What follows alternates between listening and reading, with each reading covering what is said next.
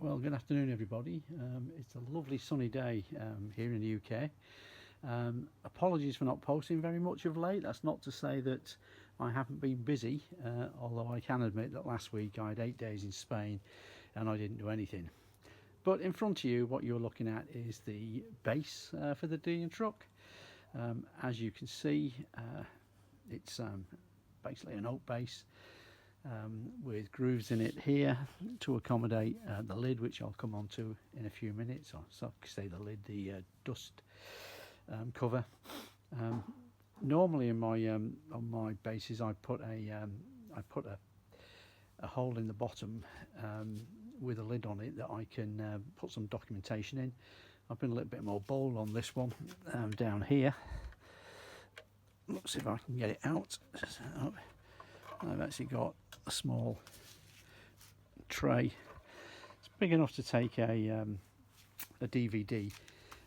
What I often do is put a DVD in there with lots of the pictures and the drawings that I use to make the model, together with a document that I generally write about who I am and what this model is all about.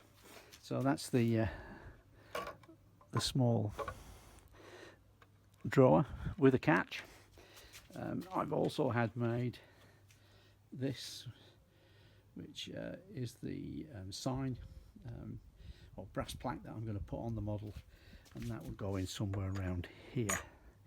Right, I'm just going to pause now. I'm going to go and get the model and you can see what I've been up to on that. So the last thing that I did before I went on holiday was to finish the detailing of the vehicle, and as you can see on the side I've got the Dion Bouton sign, which is typical on all vehicles of this age, together with the number 4. I chose number 4. The vehicle I based it on was number 5, but I chose number 4.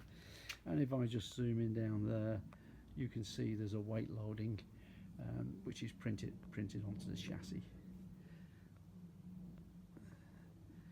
These are all painted on, so the number 4 I did by simply masking a number 4 and then painting it. The Dion Bouton, what I did with that, and for the tar sign at the bottom, was actually I put a white base on the vehicle. I then stuck self-adhesive letters onto that base once it had dried, and then I sprayed over the top with the green colour, which I've coloured it in, painted it in, and then once it all dried I just had to lift the self-adhesive letters off the sides of the vehicle and got quite a detailed lettering, which quite frankly I could never achieve by hand. And you know, the alternative, which is to build transfers, well, transfers always look like transfers, and I really didn't want to leave it like that. So the vehicle is all but finished now. I'm debating about making a horn for it. It could possibly do with a cushion on the front seat, but I probably won't bother. I think back in 1910, drivers didn't really get much in the way of luxuries, and I think a seat cushion might be a luxury that we go too far. So there's the vehicle, and it's all finished. Back in a moment. The final thing that I've been up to, well, no, it's not the final. There'll be one more item after this. So I've been making the dust cover. So basically I ordered the appropriate sized acrylic sheeting. I've glued it all together. Just finished doing that today, and then that will, I'll just show you, that will go over the vehicle.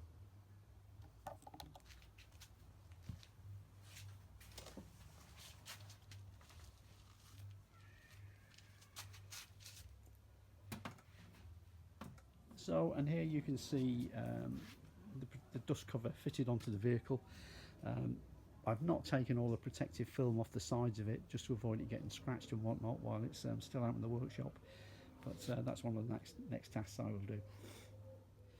So if you now look at the lower bed of the truck, I've just dropped in a wire framework, which I'm planning to use to make a rear cover. Now the truck that I've based this on doesn't actually have a cover, but I thought it might be interesting to see what this would look like with one on. So I built this front wire framework. As you can see, it fits into the rear body, and then what I will be doing is making a cover in that colour fabric. Let me just turn that around, it's the wrong way on. So in that colour fabric, and be putting that on the vehicle to show it in a slightly different light than the vehicle that I based it on. So it'll all look a bit different once it's all been torsioned up and tightened, and I've done the necessary sewing and whatnot to make a front at this end, and also to make a tail flap at the other end. So there we are. That's the next job that I'm kind of persevering on with. I would have made a start today, but I haven't got a cotton of the right colour to go with that particular piece of cloth that I've chosen. So I guess tomorrow morning, when the shops are open, I'll be down the haberdashery getting some cotton to sew this up. So that's just about everything up to date for now. I'll talk to you next when I've got on with this top.